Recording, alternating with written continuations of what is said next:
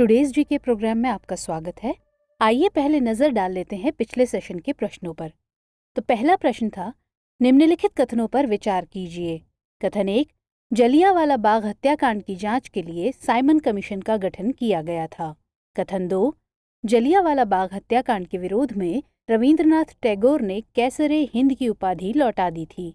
कथन 3, अमृतसर में स्थित जलियांवाला बाग अब एक राष्ट्रीय स्मारक है। उपर्युक्त में से कौन सा अथवा कौन से कथन सत्य है या सत्य हैं? ऑप्शन है ए केवल 1 और 2, बी केवल 2 और 3, सी केवल 3 या फिर डी 1, 2 और 3। तो इसका सही उत्तर था सी केवल 3। दूसरा प्रश्न, निम्नलिखित कथनों पर विचार कीजिए। कथन 1, भारत दुनिया का सबसे बड़ा अंडा उत्पादक है।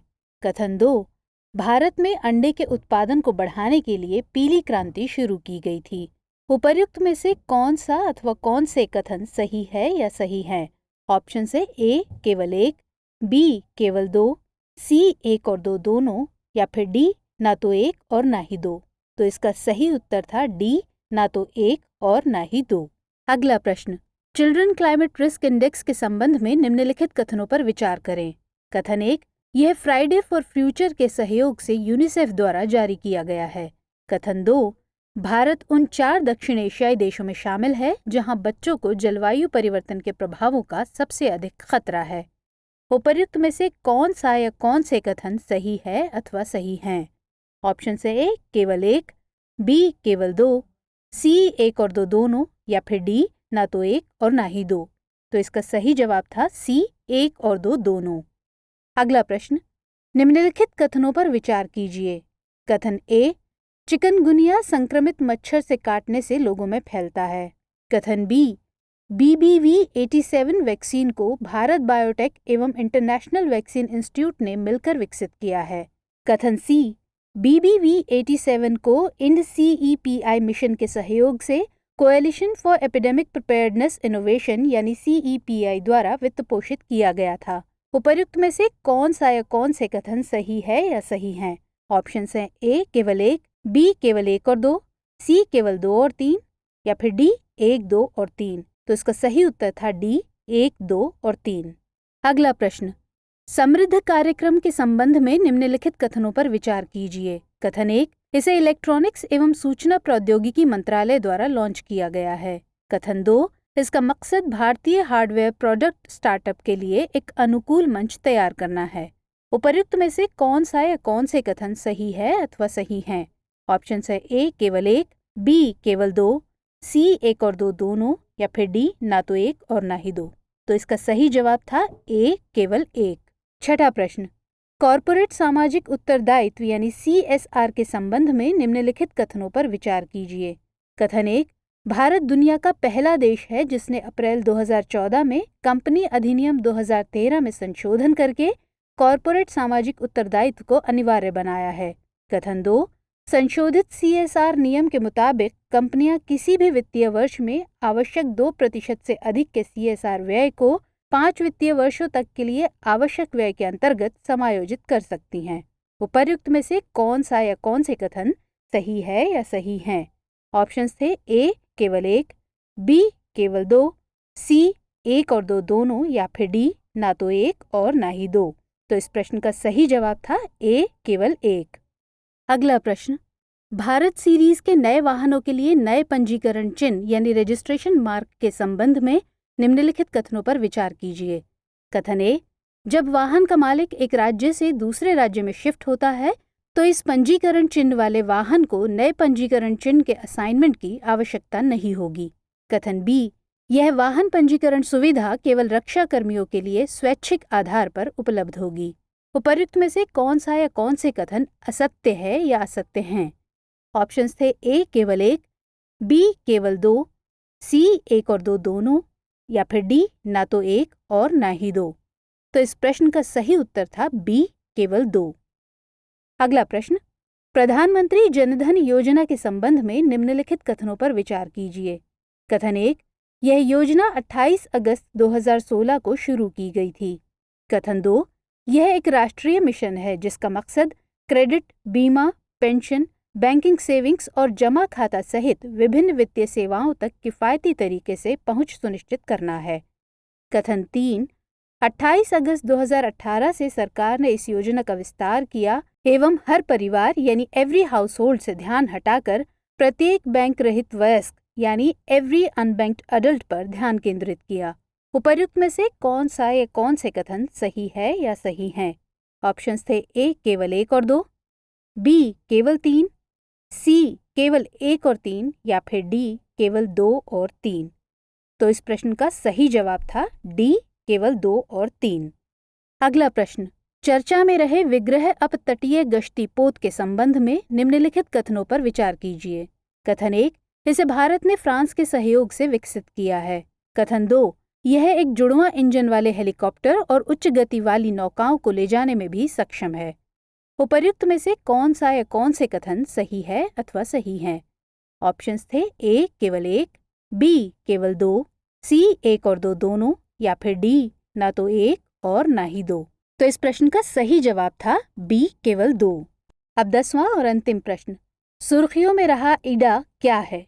ए तितली की एक प्रजाति, बी माप की एक नई इकाई, सी उष्णकटिबंधीय चक्रवात या फिर डी SARS-CoV-2 का एक वेरिएंट। तो इस प्रश्न का सही उत्तर था सी उष्णकटिबंधीय चक्रवात। तो आइए अब शुरुआत करते हैं आज के सेशन की। पहले अभ्यास प्रश्न, घड़ियाल के संबंध में निम्नलिखित कथनों पर विचार कीजिए। कथन 1, घड़ियाल का प्राकृतिक आवास लवणीय झीलें हैं। कथन 2, इसका IUCN स्टेटस क्रिटिकली एंडेंजर्ड है। उपर्युक्त में से कौन सा या कौन से कथन सही है अथवा सही हैं?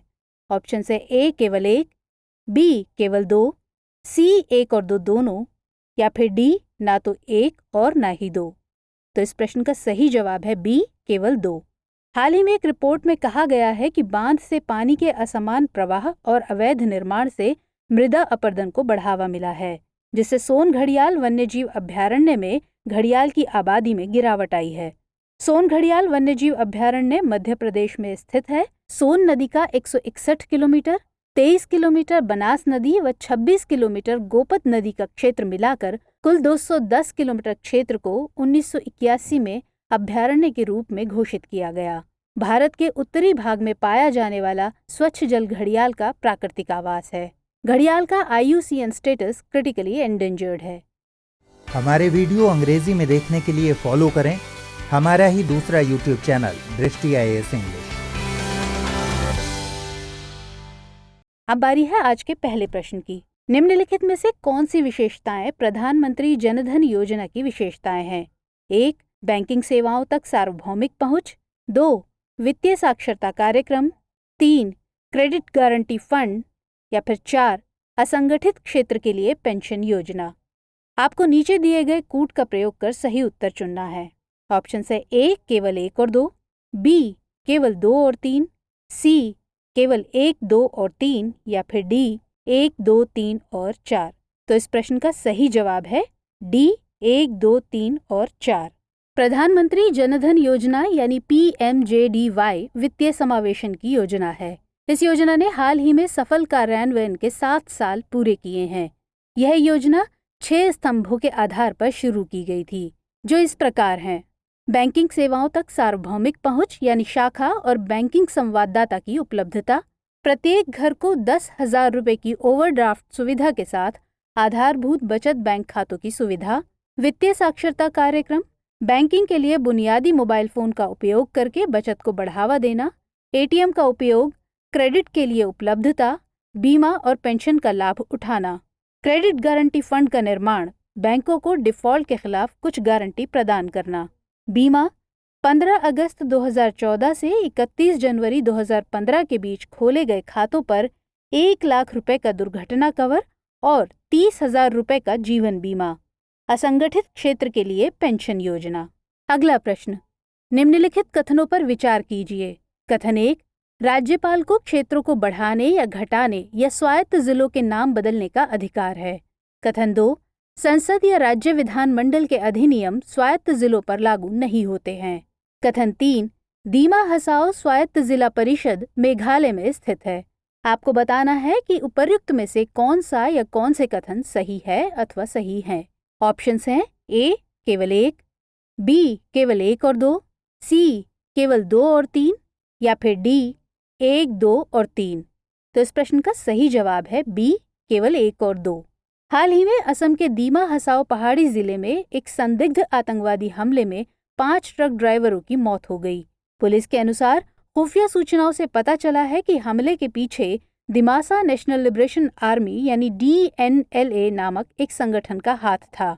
संविधान की 6ठी अनुसूची 4 पूर्वोत्तर राज्यों असम, मेघालय, त्रिपुरा और मिजोरम में जनजातीय क्षेत्रों के प्रशासन से संबंधित है, अनुच्छेद 244 के अनुसार। राज्यपाल को क्षेत्रों को बढ़ाने या घटाने या स्वायत्त जिलों के नाम बदलने का अधिकार है। संसद या राज्य विधानमंडल के अधिनियम स्वायत्त जिलों और स्वायत्त क्षेत्रों पर लागू नहीं होते हैं या निर्दिष्ट संशोधनों और अपवादों के साथ लागू नहीं होते हैं। दीमा हसाओ स्वायत्त जिला परिषद असम में स्थित है। अब बारी है अगले प्रश्न की। निम्नलिखित कथनों पर विचार कीजिए। कथन 1, पाम ऑयल वर्तमान में दुनिया का सबसे अधिक खपत वाला वनस्पति तेल है। कथन 2, भारत पाम ऑयल का सबसे बड़ा आयातक है। उपर्युक्त में से कौन सा या कौन से कथन सही है या सही हैं? ऑप्शंस हैं ए केवल 1, बी केवल 2, सी 1 और 2 दोनों या फिर डी ना तो 1 और ना ही 2। तो इस प्रश्न का सही उत्तर है सी 1 और 2 दोनों। दक्षिण पूर्व एशिया में ताड़ यानी पाम के तेल के बागानों के कारण वर्षावनों और स्थानीय जैव विविधता को काफी नुकसान पहुंचा है। इस विनाश को देखते हुए पर्यावरण विशेषज्ञ और राजनेता चेतावनी दे रहे हैं कि भारत के पूर्वोत्तर राज्यों और अंडमान और निकोबार द्वीप समूह में ताड़ यानी पाम के तेल के बागानों की खेती को बढ़ावा देने के लिए केंद्र सरकार का कदम विनाशकारी हो सकता है। पाम ऑयल यानी ताड़ का तेल वर्तमान में दुनिया का सबसे अधिक खपत किया जाने वाला वनस्पति तेल है। यह डिटर्जेंट, प्लास्टिक, सौंदर्य प्रसाधन और जैव ईंधन के उत्पादन में बड़े पैमाने पर उपयोग किया जाता है। भारत पाम तेल का सबसे बड़ा आयातक है। अगला प्रश्न, सांभर झील के संबंध में निम्नलिखित कथनों पर विचार कीजिए। कथन 1, यह भारत की खारे पानी की सबसे बड़ी अंतःस्थलीय झील है। कथन 2, इसे 1990 में रामसर साइट घोषित किया गया था। कथन 3, यह घग्गर नदी से पानी प्राप्त करती है। आपको बताना है कि उपर्युक्त में से कौन सा या कौन से कथन सही है या सही हैं। ऑप्शंस हैं ए केवल 1, बी केवल 1 और 2, सी केवल 2 और 3 या फिर डी 1, 2 और 3। तो इस सवाल का सही जवाब है बी केवल 1 और 2। हाल के एक अध्ययन के अनुसार राजस्थान में सांभर सॉल्ट झील लगातार सिकुड़ रही है। यहाँ मिट्टी और पानी की गुणवत्ता में गिरावट दर्ज की गई है। इसके अलावा यहाँ प्रवासी पक्षियों की आबादी भी कम हुई है। सांभर झील जयपुर से 80 किलोमीटर दूर दक्षिण पश्चिम में पूर्व मध्य राजस्थान में स्थित है। यह भारत की खारे पानी की सबसे बड़ी अंतःस्थलीय झील है। इसे 1990 में अंतर्राष्ट्रीय स्तर का आर्द्रभूमि क्षेत्र यानी रामसर साइट घोषित किया गया था। सांभर झील समोद, खारी, मंथा, खंडेला, मेधा और रूपनगढ़ नामक 6 नदियों से पानी प्राप्त करती है। अगला प्रश्न, स्वेट इक्विटी के संबंध में निम्नलिखित कथनों पर विचार कीजिए। कथन 1, यह एक गैर मौद्रिक योगदान है जो किसी कंपनी के व्यक्ति या संस्थापक द्वारा कंपनी को दिया जाता है। कथन 2, स्टार्टअप और व्यवसाय के मालिक अपनी कंपनियों को फंड प्रदान करने के लिए स्वेट इक्विटी का उपयोग करते हैं। उपर्युक्त में से कौन सा या कौन से कथन सही है या सही है? ऑप्शंस हैं ए केवल 1, बी केवल 2, सी 1 और 2 दोनों या फिर डी ना तो 1 और ना ही 2। तो इस प्रश्न का सही उत्तर है सी 1 और 2 दोनों। हाल ही में भारतीय प्रतिभूति और विनिमय बोर्ड ने सेबी यानी share based employee benefits and sweat equity regulations 2021 यानी शेयर आधारित कर्मचारी लाभ और स्वेट इक्विटी विनियमन 2021 को लागू किया है। यह एक गैर मौद्रिक योगदान है जो किसी कंपनी के व्यक्ति या संस्थापक द्वारा कंपनी को दिया जाता है। कैश स्ट्रैप्ड स्टार्टअप और व्यवसाय के मालिक आमतौर पर अपनी कंपनियों को फंड प्रदान करने के लिए स्वेट इक्विटी का उपयोग करते हैं। इसे बौद्धिक संपदा अधिकारों या मूल्यवर्धन की जानकारी प्रदान करने या इससे संबंधित अधिकार की जानकारी उपलब्ध कराने के लिए जारी किया जाएगा। अगला प्रश्न, लद्दाख की कौन सी वस्तु पहली बार अंतर्राष्ट्रीय निर्यात की वस्तु बन गई है? ए सेब, बी एप्रिकॉट्स, सी अखरोट या फिर डी अनानास? तो इस प्रश्न का सही जवाब है बी एप्रिकॉट्स। लद्दाख का एप्रिकॉट्स पहली बार अंतर्राष्ट्रीय निर्यात की वस्तु बन गया है। 29 अगस्त 2021 को कारगिल में एक ऐतिहासिक आयोजन में कारगिल उपायुक्त ने कारगिल से दुबई के लिए लद्दाखी एप्रिकॉट्स के पहले अंतर्राष्ट्रीय निर्यात को हरी झंडी दिखाई।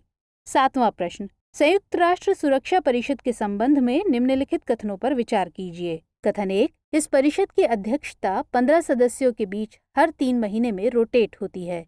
कथन 2, विभिन्न मामलों पर सुरक्षा परिषद के निर्णय स्थायी सदस्यों के सहमति मतों सहित 9 सदस्यों के सकारात्मक मत द्वारा किए जाते हैं। कथन 3, स्थायी सदस्यों में से एक का नेगेटिव वोट प्रस्ताव को पारित होने से रोकता है। आपको बताना है कि उपर्युक्त में से कौन से कथन सही हैं। ऑप्शन है ए, केवल 1 और 2, बी, केवल 1 और 3, सी, केवल 2 और 3, या फिर डी, उपर्युक्त सभी। तो इस सवाल का सही जवाब है सी, केवल 2 और 3। विदेश सचिव हर्षवर्धन श्रृंगला ने फिलिस्तीनी प्रश्न सहित मध्य पूर्व की स्थिति पर आज संयुक्त राष्ट्र सुरक्षा परिषद की बैठक की अध्यक्षता की। भारत वर्तमान में रोटेटिंग के आधार पर अगस्त महीने के लिए संयुक्त राष्ट्र सुरक्षा परिषद की अध्यक्षता कर रहा है। सुरक्षा परिषद की अध्यक्षता हर महीने इसके 15 सदस्यों के बीच रोटेट होती है। विभिन्न मामलों पर सुरक्षा परिषद के निर्णय स्थायी सदस्यों के सहमति मतों सहित 9 सदस्यों के सकारात्मक मत द्वारा किए जाते हैं। 5 स्थायी सदस्यों में से एक का नेगेटिव वोट प्रस्ताव को पारित होने से रोकता है। अगला प्रश्न, अमरक, नतांज और बुशहर का संबंध निम्नलिखित में से किससे है? ए, अफगानिस्तान के जिले, बी, पश्चिम एशिया से अंगूर के प्रकार, सी, इजराइल के विमान वाहक, या फिर डी, परमाणु सुविधाएं। तो इस प्रश्न का सही उत्तर है डी, परमाणु सुविधाएं। अमरक, नतांज और बुशहर का संबंध परमाणु सुविधाओं से है। हाल ही में अमेरिकी राष्ट्रपति जो बाइडेन ने कहा है कि यदि कूटनीति से ईरानी परमाणु संकट का समाधान नहीं होता है तो अमेरिका अन्य विकल्पों के बारे में सोचने के लिए तैयार है। ईरान में परमाणु सुविधाओं के नाम हैं कराजी, अरक, कोम, नतांज, बुशहर, फोर्डो, अमरक। 9वां प्रश्न, राष्ट्रीय शिक्षा नीति के संबंध में निम्नलिखित कथनों पर विचार कीजिए। कथन 1, इस नीति में 12 साल की स्कूली शिक्षा और 3 साल की आंगनवाड़ी अथवा पूर्व विद्यालय शिक्षा के साथ नया 5+4+3+2 स्कूल पाठ्यक्रम शामिल है। इसके तहत कम से कम कक्षा 8 तक का शिक्षण मातृभाषा अथवा क्षेत्रीय भाषा में दिया जाएगा। कथन 3, इसमें उच्च शिक्षा में GER यानी ग्रॉस एनरोलमेंट रेशियो को 2035 तक बढ़ाकर 75% किया जाएगा। उपर्युक्त कथनों में से कौन सा या कौन से कथन गलत है या गलत हैं? ऑप्शंस हैं ए, केवल 1, बी, केवल 2 और 3, सी, केवल 1 और 3, या फिर डी, 1, 2 और 3। तो इस सवाल का सही जवाब है डी, 1, 2 और 3। केंद्र सरकार के उद्देश्य के अनुरूप मध्य प्रदेश में 26 अगस्त को राज्य में आधिकारिक तौर पर राष्ट्रीय शिक्षा नीति 2020 की शुरुआत की गई। मध्य प्रदेश इस नीति को लागू करने वाला दूसरा राज्य बन गया है। इससे पहले कर्नाटक ने आधिकारिक तौर पर नई राष्ट्रीय शिक्षा नीति 2020 लागू की। राष्ट्रीय शिक्षा नीति का उद्देश्य 2030 तक 100% स्कूली शिक्षा के साथ पूर्व विद्यालय से माध्यमिक स्तर तक शिक्षा का सार्वभौमिकरण करना है। इस नीति में 12 साल की स्कूली शिक्षा और 3 साल की आंगनवाड़ी अथवा पूर्व विद्यालय शिक्षा के साथ नया 5+3+3+4 स्कूल पाठ्यक्रम शामिल है। इस नीति के तहत आधारभूत साक्षरता और संख्यात्मकता पर जोर दिया गया है। इसके तहत कम से कम ग्रेड 5 तक का शिक्षण मातृभाषा अथवा क्षेत्रीय भाषा में दिया जाएगा। इसमें एकेडमिक स्ट्रीम, पाठ्येतर और व्यावसायिक स्ट्रीम में कोई अंतर नहीं रखा गया है। उच्च शिक्षा में GER यानी ग्रॉस एनरोलमेंट रेशियो को 2035 तक 50% तक बढ़ाया जाना है। अब बारी है आज के 10वें और अंतिम प्रश्न की। ड्रोन नियम 2021 के संबंध में निम्नलिखित कथनों पर विचार कीजिए। कथन 1, इसके अनुसार माइक्रो ड्रोन यानी गैर व्यावसायिक उपयोग के लिए और नैनो ड्रोन के लिए किसी दूरस्थ अथवा रिमोट पायलट लाइसेंस की आवश्यकता नहीं होगी। कथन 2, इसके तहत भारतीय ड्रोन कंपनियों में विदेशी स्वामित्व पर कोई रोक नहीं होगी। आपको बताना है कि उपर्युक्त में से कौन सा या कौन से कथन सही है अथवा सही हैं? ऑप्शंस हैं ए केवल एक, बी केवल दो, सी एक और दो दोनों, या फिर डी ना तो एक और ना ही दो। तो इस प्रश्न का सही उत्तर है सी एक और दो दोनों। नागरिक उड्डयन मंत्रालय ने ड्रोन नियम 2021 को अधिसूचित किया है। इसके तहत एक मानव रहित विमान प्रणाली के समग्र वजन का दायरा 300 किलोग्राम से बढ़ाकर 500 किलोग्राम कर दिया गया है। अब इस नियम के चलते लॉजिस्टिक्स और परिवहन क्षेत्र में उपयोग के लिए भारी पेलोड ले जाने वाले ड्रोन को शामिल किया जा सकेगा। आइए अब जानते हैं ड्रोन नियम 2021 के बारे में। ड्रोन नियम 2021 के तहत माइक्रो ड्रोन यानी गैर व्यावसायिक उपयोग के लिए और नैनो ड्रोन के लिए किसी दूरस्थ अथवा रिमोट पायलट लाइसेंस की आवश्यकता नहीं है। किसी पंजीकरण या लाइसेंस जारी करने से पहले सुरक्षा मंजूरी की कोई आवश्यकता नहीं है। नैनो और मॉडल ड्रोन जो अनुसंधान या मनोरंजन के उद्देश्य से बनाए गए हों को टाइप सर्टिफिकेशन से छूट दी गई है। भारतीय ड्रोन कंपनियों में विदेशी स्वामित्व पर कोई प्रतिबंध नहीं है। आइए अब बारी है आज के अभ्यास प्रश्न की। निम्नलिखित कथनों पर विचार कीजिए। BCG यानी बेसल कैल्मेट गुएरिन तपेदिक अथवा टीबी रोग का टीका है। कथन 2, भारत, इंडोनेशिया और रूस ऐसे 3 देश हैं जहां वैश्विक स्तर पर तपेदिक के मामले ज्यादा हैं। आपको बताना है कि उपर्युक्त में से कौन सा अथवा कौन से कथन सही है या सही हैं। ऑप्शंस है ए केवल एक, बी केवल दो, सी एक और दो दोनों, या फिर डी ना तो एक और ना ही दो। तो इस प्रश्न का उत्तर कमेंट सेक्शन में देना मत भूलिएगा। मिलेंगे अगले प्रोग्राम में, तब तक के लिए जय हिंद।